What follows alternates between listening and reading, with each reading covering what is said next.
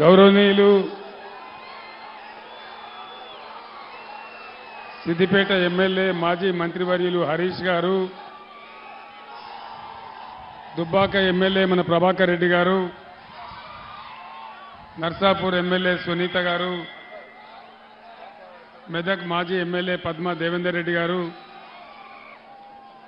MLA share Subhash Reddy గారు, ZP chairman Hemalatha గారు, ఈరోజు ఇక్కడ వర్షం కురిసినా ఇబ్బంది కలిగినా కూడా ఇంత రాత్రి పొద్దుపోయే వరకు ఉన్నటువంటి నా అన్నదమ్ములకు, నా అక్క చెల్లెలకు అందరికీ నమస్కారం.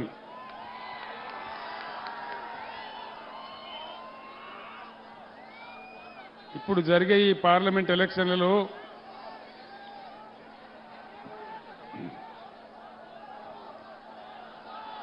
వినబడతలేదా?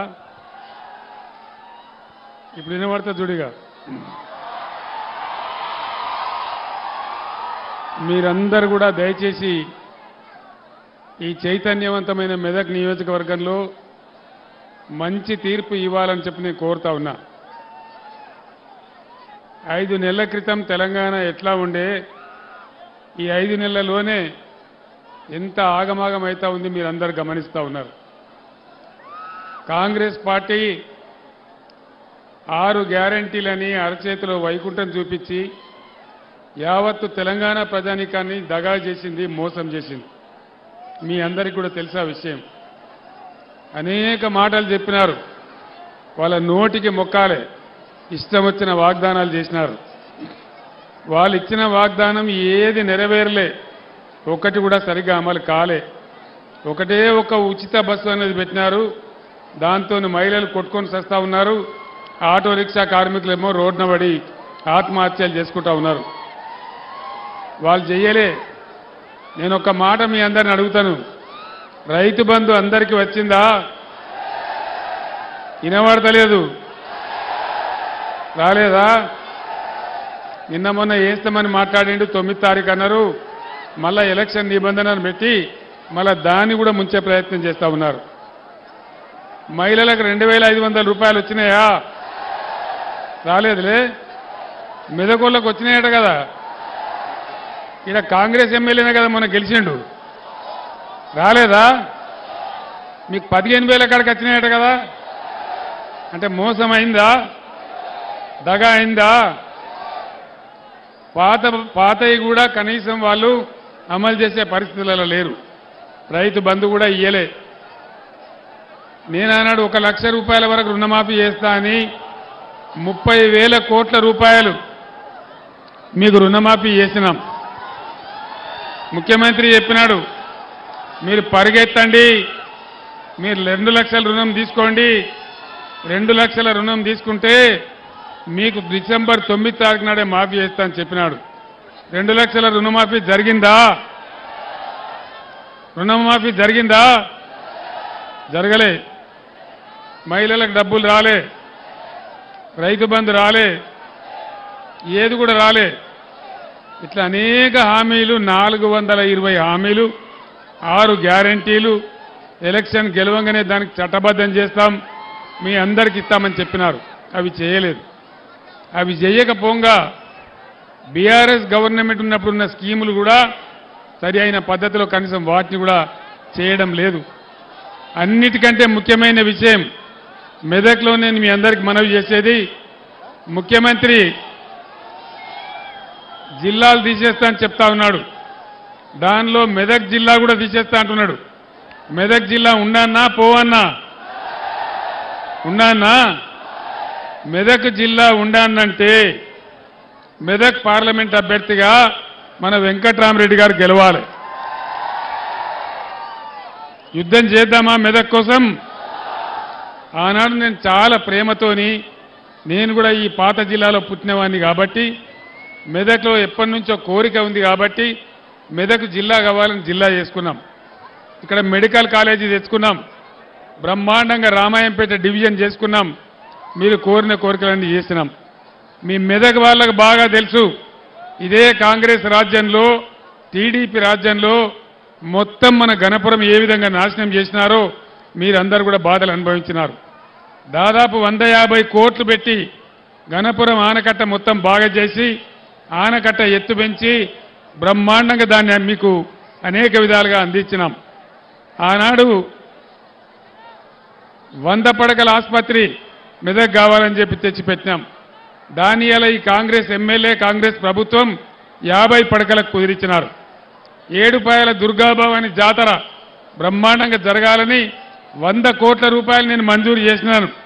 దాన్ని కూడా తీసుకొని పోయినారు. అదేవిధంగా మెదక్ మున్సిపాలిటీ అభివృద్ధి కోసం నేను 50 కోట్లు మంజూరు చేస్తే దాన్ని కూడా రద్దు చేసినారు, దాన్ని కూడా తీసేసినారు. రామాయంపేట మున్సిపాలిటీ కోసం 25 కోట్ల రూపాయలు నేను మంజూరు చేస్తే దాన్ని కూడా ముంచేసి ఈరోజు దాన్ని కూడా వాపసు తీసుకొని పోతా ఉన్నారు. ఈ విధంగా కొత్త హామీలు వాళ్ళు చేయకపోయినా పాత ప్రభుత్వంలో చేసిన మంజూరీలు కానీ పాత ప్రభుత్వం ఇచ్చినటువంటి శాంక్షన్లు కానీ వాటన్నిటిని కూడా ఈరోజు రద్దు చేస్తూ ఉన్నారు. మీరందరూ గమనించాలని చెప్పి నేను కోరుతా ఉన్నా. ఈ విషయాలన్నీ మీకు ఇప్పటికే వీళ్ళందరూ చెప్తుంటారు, కానీ మళ్ళొక్కసారి చెప్పడం నా బాధ్యత అని నేను మీకు మనవి చేస్తా ఉన్నా.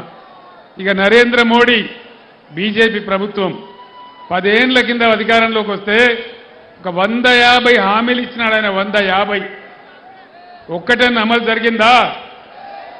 సబ్కా సాత్ సబ్కా వికాస్ జరిగిందా? ఇంటికి 15 లక్షలు ఇస్తామన్నారు, వచ్చినాయా? వచ్చే దినన్నారు, వచ్చిందా?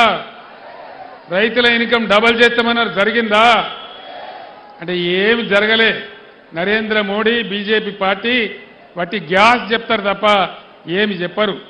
వాళ్ళ యొక్క ఎజెండాలో బీజేపీ ఎజెండాలో పేదల బాధలుండయి, పేదల కన్నీళ్లుండయి, పేదల కష్టాలుండయి, ఏది కూడా ఉండదు. మన ముఖ్యమంత్రి రేవంత్ రెడ్డి 2000 రూపాయల పెన్షన్ ఇస్తే మీకు 4000 రూపాయలు ఇస్తామన్నారు. 4000 రూపాయలు వస్తున్నాయా? వస్తలేవా? ఇక్కడ మెదక్లు వచ్చినాయట కదా, ఏం మీరు అబద్ధం చెప్తున్నారు? ఇవ్వలకు కూడా రాలేదా? రాలే. అదేవిధంగా ఇంకా చాలా మాటలు చెప్పినారు. నిరుద్యోగ భృతి ఇస్తాం, విద్యార్థులకు 5 లక్షల కార్డు ఇస్తాం, చాలా చెప్పినారు. ఏ ఒక్కటి కూడా అమలు కాలే. దీన్ని బట్టి మనకు అర్థమయ్యేది ఏంది? ఖచ్చితంగా ఎట్టి పరిస్థితులలో ప్రజలను మోసం చేసి గద్దెకెక్కి మళ్ళా మోసం చేసే పరిస్థితి చేస్తూ ఉన్నారు. అన్నిటికన్నా పెద్ద ప్రమాదం మెదక్లో హల్దీ వాగు బ్రహ్మాండంగా హరీష్ రావు నీటిపారుదల మంత్రిగా ఉన్నప్పుడే దాన్ని మల్లన్న సాగర్ లింక్ చేసుకున్నాం. హల్దీ వాగు మీద బోలెడన్ని చెక్ డ్యాములు కట్టుకున్నాం. కాళేశ్వరం నీళ్లతో దానికి లింకు కలుపుకున్నాం. ఎప్పుడు కూడా మంజీరా నది ఎండిపోకుండా, హల్దీ వాగు ఎండిపోకుండా మీ పొలాలు పండేటట్టు చేసుకున్నాం. మీ అందరు నేను ఒకటే మాట ప్రార్థిస్తా ఉన్నా, దాన్నంతా కూడా మునుగొట్టే ప్రయత్నం చేస్తూ ఉన్నారు. తప్పకుండా దాన్ని కాపాడాలి. నరేంద్ర మోడీ ఏమో గోదావరి నదిని తీసుకుపోయి తమిళనాడుకు అప్పచెప్తా అని చెప్తా ఉన్నాడు. కృష్ణా నదిని ఆల్రెడీ తీసుకుపోయి కేఆర్ఎంబీకి అప్పచెప్పినారు. మన నదుల నీళ్లు కాపాడుకోవాలన్నా, మన రాష్ట్ర భవిష్యత్తు కాపాడుకోవాలన్నా, ఈ కాంగ్రెస్ గ్యారంటీలు అమలు చేయించాలన్నా, మన యొక్క తెలంగాణ ఆత్మగౌరవం కాపాడుకోవాలన్నా ఖచ్చితంగా ఇవాళ బీఆర్ఎస్ అభ్యర్థులే గెలవాల్సిన అవసరం ఉంది. అది నాకంటే ఎక్కువ మీకు తెలుసు. 9 ఏళ్ల పాటు నేను ఒక్క నిమిషం కూడా కరెంటు పోకుండా మన రైతాంగానికి 24 గంటల కరెంట్ ఇచ్చినాం. ఇలా ఎందుకు కరెంటు కోతలు వస్తూ ఉన్నాయి? దేనికోసం వస్తూ ఉంది? వీళ్ళు కొత్తగా చేయాల్సిందేం లేదు, వీళ్ళు గడ్డపారబడి తవ్వేదేం లేదు. ఇచ్చిన కరెంటు కూడా ఇచ్చే చేతగానే అసమర్థ ప్రభుత్వం ఉన్నది. మిషన్ భగీరథ మంచినీళ్లు ఎంత బ్రహ్మాండంగా పట్టణాలలో 1 రూపాయికి తీసుకొని నల్లా కనెక్షన్ ఇచ్చి, గ్రామాలలో అయితే రూపాయి కూడా లేకుండా మీకు అందరికీ అన్ని ఇళ్ల నల్లాలు పెట్టించి ఎంత మంచిగా మంచినీళ్ళు వచ్చినాయి, ఎంత బ్రహ్మాండంగా వచ్చినాయి. మరి ఈ రోజు ఆ నీళ్ళు ఎక్కడికి పోయినాయి? ఏమైనా ఎందుకు మాయమవుతా ఉన్నాయి? ఇచ్చిన కరెంటు రాదు, మంచినీళ్ళు రావు, సాగునీళ్ళు రావు, పంటలు పండితే పండించుకునే పరిస్థితి లేదు. వరి పంటకు 500 బోనస్ వచ్చిందా? బోనస్ బోగసేనా? కనీసం మద్దతు ధరను వస్తుందా? తడిసిన ధాన్యం కొంటున్నారా? అన్ని రకాలుగా రైతులకు ఒక శాపం లాగా ఈ కాంగ్రెస్ పార్టీ తయారైంది. రైతుల పాలిటి శాపంగా రైతు బంధు రాదు, కరెంటు రాదు, సాగునీళ్లు రావు, పండించిన వడ్లకు ధాన్యం ధర రాదు. మరి ఏం చేస్తున్నట్టు ప్రభుత్వం? ఎవరి కోసం పనిచేస్తున్నట్టు? దయచేసి ఆలోచించాలని నేను కోరుతా ఉన్నా. ఆగమాగం జగన్నాథం కాదు. ముఖ్యంగా యువ సోదరులు, రైతు సోదరులు, మెదక్ ప్రాంత మేధావులు ఆలోచన చేయాలి. గోదావరి మాయమైతే ఉన్న ఒక్క గోదావరి తమిళనాడు, కర్ణాటకకు తరలిపోతే మన రాష్ట్రం గతి ఏం కావాలి? ఇన్నేళ్లు చేసుకున్న పనులన్నీ ఎట్టుపోవాలి? మనం కట్టుకున్న ప్రాజెక్టులన్నీ ఎక్కడికి పోవాలి? మరి మొత్తం నష్టపోదామా? మళ్ళీ బీఆర్ఎస్ను కాపాడుకొని బ్రహ్మాండంగా బీఆర్ఎస్ శక్తితోనే పోరాటం చేసి మన అస్తిత్వం కాపాడుకుందామా? మీరు ఆలోచించాలని నేను మాట్లాడుతూ ఉన్నా. ఆనాడు తెలంగాణ కోసం మీ అందరికి తెలుసు, తెలంగాణ ఉద్యమం జరిగిన నాడు మీరందరూ కూడా నన్ను దీవించినారు. 15 ఏళ్లు పోరాటం చేసి చావు నోట్లో తలకాయ పెట్టి తెలంగాణ సాధించిన విషయం మీ అందరికి తెలుసు. తెచ్చిన తెలంగాణను ఒకటొకటి బాగు చేసుకుంటూ ఒక పొదరిల్లాగా బ్రహ్మాండంగా చేసుకుంటా ఉన్నాం. మొన్న అసెంబ్లీ ఎలక్షన్లో కాంగ్రెస్ ఇచ్చిన వాగ్దానాలు నమ్మి మీరు కాంగ్రెస్కు ఓటేసినారు. అనవసరంగా మనం దెబ్బతినిపోయినాం. మళ్ళీ ఇప్పుడు ఈ కాంగ్రెస్ చేసే మోసాల నుంచి ఈ రాష్ట్రాన్ని కాపాడాలన్నా, నదుల నీళ్లు దక్కించుకోవాలన్నా, కరెంటు మనకు రావాలన్నా ఖచ్చితంగా బీఆర్ఎస్ ఎంపీలు గెలిస్తేనే బ్రహ్మాండంగా అందరినీ కాపాడగలుగుతారు. కాబట్టి నేను మీ అందరినీ కోరుతా ఉన్నా, వెంకట్రామరెడ్డి గారు ఒక రిటైర్డ్ ఐఏఎస్ ఆఫీసర్, ఇదే జిల్లాలో కలెక్టర్గా పనిచేసిన వ్యక్తి. ఆ ఇద్దరు అభ్యర్థుల కథ మీకు తెలుసు, నేను కొత్తగా చెప్పేదేం లేదు. బీజేపీ క్యాండిడేటు 100కి 100 అబద్ధాలు మాట్లాడతాడు.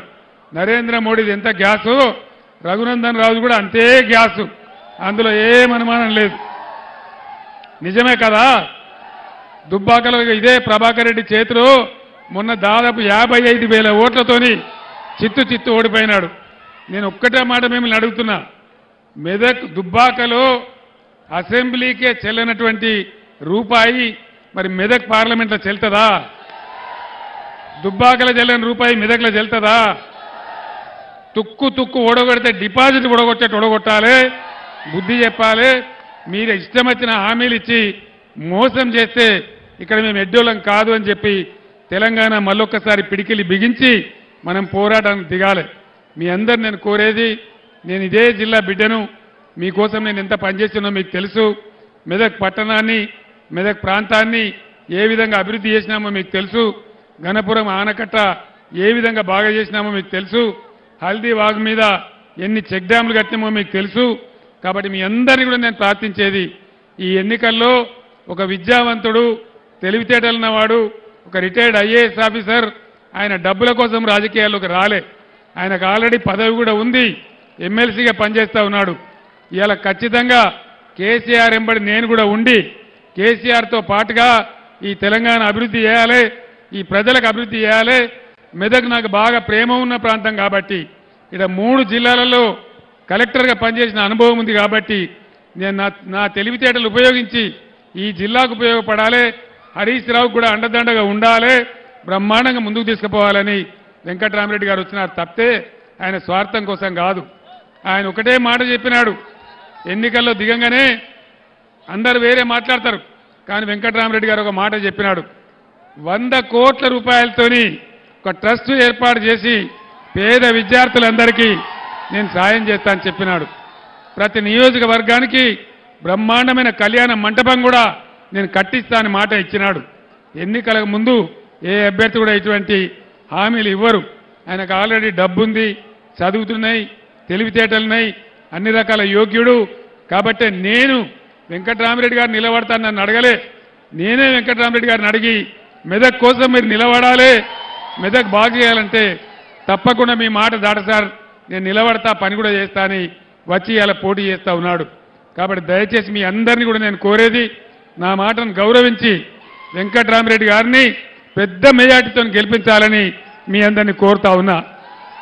ఇవాళ ఇక్కడ కొంత రాళ్లబాన పడ్డది, మీకు ఇబ్బంది కలిగింది, మీరు బ్రహ్మాండమైన ఊరేగింపు కూడా పెట్టినరు, కానీ టైం దాటిపోతా ఉంది.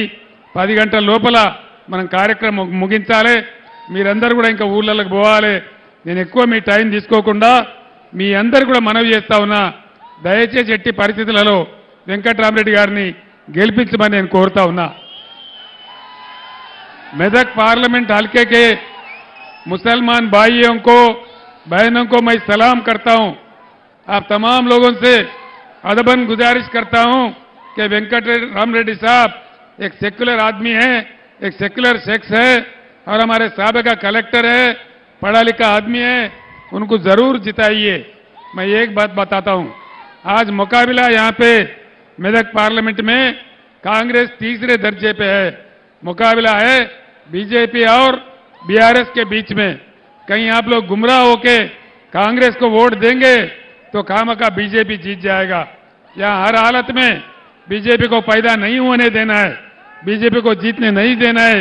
इसीलिए मैं आप तमाम लोगों से गुजारिश करता हूं, जनाब वेंकट राम रेड्डी साहब पढ़ा लिखा आदमी है, एक रिटायर्ड आईएएस ऑफिसर है, साबिका कलेक्टर है, जरूर उनको जिताइए और बीजेपी को दफन कर दीजिए।